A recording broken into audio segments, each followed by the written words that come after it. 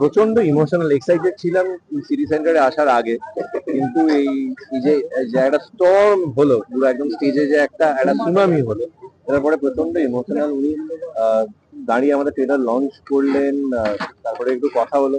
কি বলবো, মানে এই মানুষটার ছবি আমি যখন স্কুলে পড়তাম তখন এই মানুষটার ছবি দেখেছি, মানুষটার বড় বড় হোর্ডিং দেখেছি, একসময় এগুলো দেখে ভেবেছি যে যদি আমারও হতো। বলে এইটাকে এক্সপ্লেন করতে আমি পারবো না, I am very very emotional. এবং আমি যেটা দেব স্যারকে স্টেজেও বলেছি যে আমার গোটা মন মানে না টিমের তরফ থেকে অসংখ্য ধন্যবাদ যে উনি এসে আমাদের ছবির পাশে দাঁড়িয়েছেন, শুধুমাত্র আজকে না, আমি অনেস্টলি বলছি, আমি সোশ্যাল মিডিয়াতেও বলেছি এটা, আমাদের এই গোটা ক্যাম্পেইনে উনি নানান ভাবে আমাদেরকে হেল্প করেছেন, উনি সাপোর্ট করেছেন। সায়ন্তনদা প্রচন্ড হেল্প করেছে। এই জন্যই এটাই বলে দেয় যে মেগাস্টার কেন।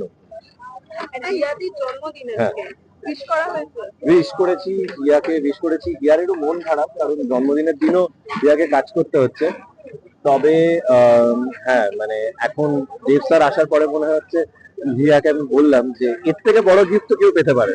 ও প্রথম ছবি সেটা লঞ্চ করছে ওর বাবা শাশ্বত স্যার এবং দেব অধিকারী স্যার, এর তো সব থেকে বড় গিফট। মন মান্না তো যেটা অন্যতম মানে জনপ্রিয় একটা ট্র্যাক, সেটার নামে তোমাদের সিনেমার নাম, সেইটা কেমন? সেটা সেটা সেটা দেখো, অবভিয়াসলি সেটা একটা লেগেসি, কারণ তার আগেও মন মানে না বলে আই থিঙ্ক প্রসেনজিৎ স্যারের একটা একটা ছবি ছিল। তো সেটা তো একটা লেগেসি, কিন্তু আমাদের ছবির এইগুলোর সাথে কোনো লিঙ্ক নেই। যেটার লিঙ্ক আছে সেটা হচ্ছে যে আমরা এনাদের যে সিনেমা দেখে বড় হয়েছি, সিঙ্গেল স্ক্রিনে যে ছবি দেখে বড় হয়েছি, একদম আউট অ্যান্ড আউট মানে ভালোবাসার ছবি, হ্যাঁ, যেগুলো আমরা একদম সপরিবারে গিয়ে দেখতাম, মজা করতাম, সেই ছবির একটা কি বলবো ফ্লেভারকে আমরা ফিরিয়ে আনার চেষ্টা করছি।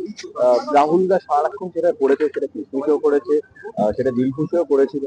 আমি আশা করছি যে সেইটা দর্শকও সেটা প্রেমে পড়ে যাবে, সেটাকে দর্শক ভালোবাসবে। দাদা সেটার সঙ্গে তোমার আবার শেয়ার করা হবে, সেটা নিয়ে মন খারাপ সেটা আমার খুবই পছন্দের একজন অভিনেত্রী, আমার প্রথম ছবির অভিনেত্রী, আমার ফার্স্ট হিরোইন যাকে বলে, এবং আমার খুব ভালো বন্ধু, সেটা ইজ আউটস্ট্যান্ডিং অ্যাক্টর। আক্ষেপ রইল, কিন্তু আপনারা সকলেই দেখবেন এই ছবিতে শ্বেতা হাঁটিয়ে দিয়েছে।